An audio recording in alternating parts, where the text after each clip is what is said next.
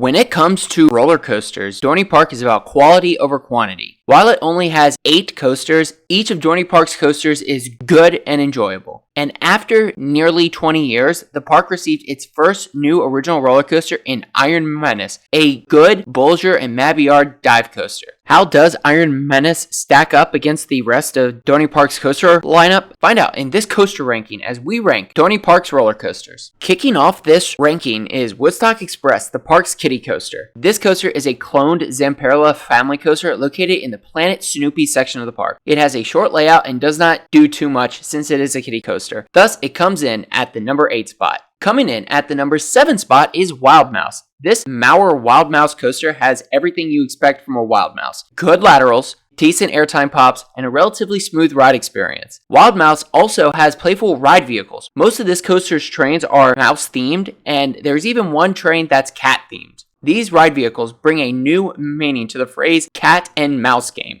In addition to the playful ride vehicles, Wild Mouse offers a fun and enjoyable ride experience for everyone, though it is not as wild as the coasters ahead of it. Starting with Possessed, an Intamin Impulse coaster which comes in at the number 6 spot and just misses the top 5. Possessed is a rare coaster type from Intamin. You will not find many of these coasters out there. The ones you can find though are actually good rides. Featuring an LIM launch, Possessed launches you forwards and backwards up 2 vertical spikes. One of those spikes goes straight up while the other one has a twist. And these 2 spikes have some fun sensations, especially that straight spike. Possessed is also relatively forceful, and that launch is actually really good. The fact that the straight spike does not have its holding brake does not take away from the ride's suspenseful hang time though. Possessed is a shorter ride though, something that the ride kicking off the top 5 is not. And that ride is Thunderhawk, the park's only wooden roller coaster. Thunderhawk celebrated its 100th anniversary in 2024 and still offers a relatively smooth ride experience. This coaster also has some good airtime moments, ranging from floater airtime across the train to borderline ejector in the front rows. A front row ride is a little bit more intense than a back row ride. Just ahead of Thunderhawk though is Hydra the Revenge, the park's last new original roller coaster before Iron Menace. This Bulger and Mabillard floorless coaster definitely has a bizarre layout. Its layout is so contorted and twisted that it actually looks like a Hydra. Despite its strange layout, Hydra has 7 inversions and a couple of airtime moments. Unlike most floorless roller coasters, which have a curving first drop, Hydra wastes no time getting into its ride experience with its straight first drop. Since Hydra's drop is larger than its height, you actually get some good floater airtime going down the drop while sitting in the back row. And the back row is definitely the way to go on this ride, given the airtime. Hydra also has an incredible moment of hang time right out of the gate with that JoJo roll. It is such a cool way to begin the ride. As the first roller coaster in the world with a JoJo roll, Hydra the Revenge is definitely one of the more unique Bulger and Mabillard floorless coasters out there, and a good supporting coaster for Dorney Park's top 3.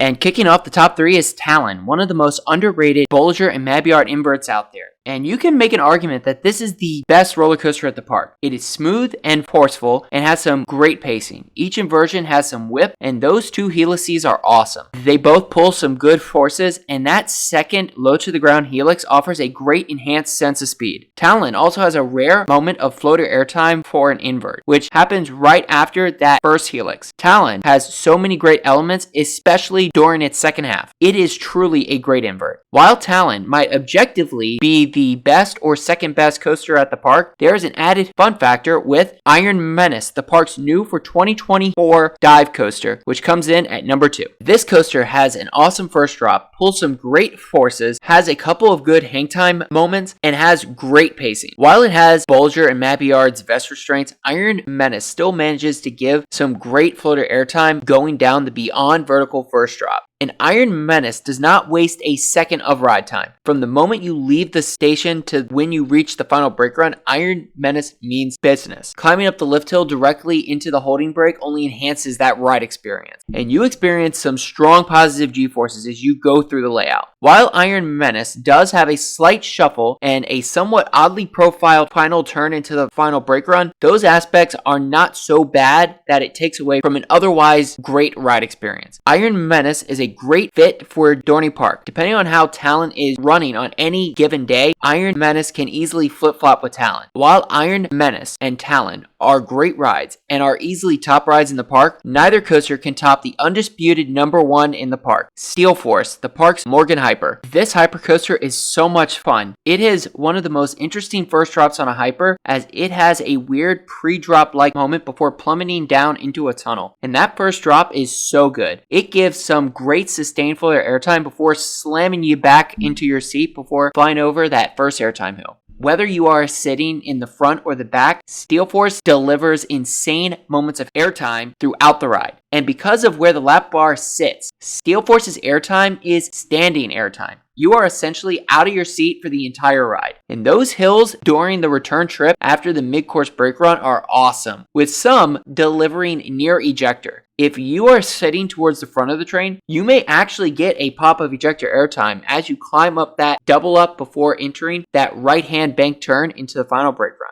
Steel Force's Helix is also very forceful, and a front row ride really showcases the ride's speed. While Talon has its fans, Steel Force is a great and immensely enjoyable ride. It is definitely the best coaster at Dorney Park. And there you have it, all of Dorney Park's roller coasters ranked. Where did your favorite roller coaster rank in this ranking? Let us know in the comments below. For our more in-depth comments about most of these coasters, check out our full-length reviews already on the channel. And if you enjoyed this video or are new to the channel, please like and subscribe for more coaster content like this. Thank you for watching, and stay tuned for more coaster rankings and amusement park content coming soon to Coaster Adventures, and we hope to see you in the next one.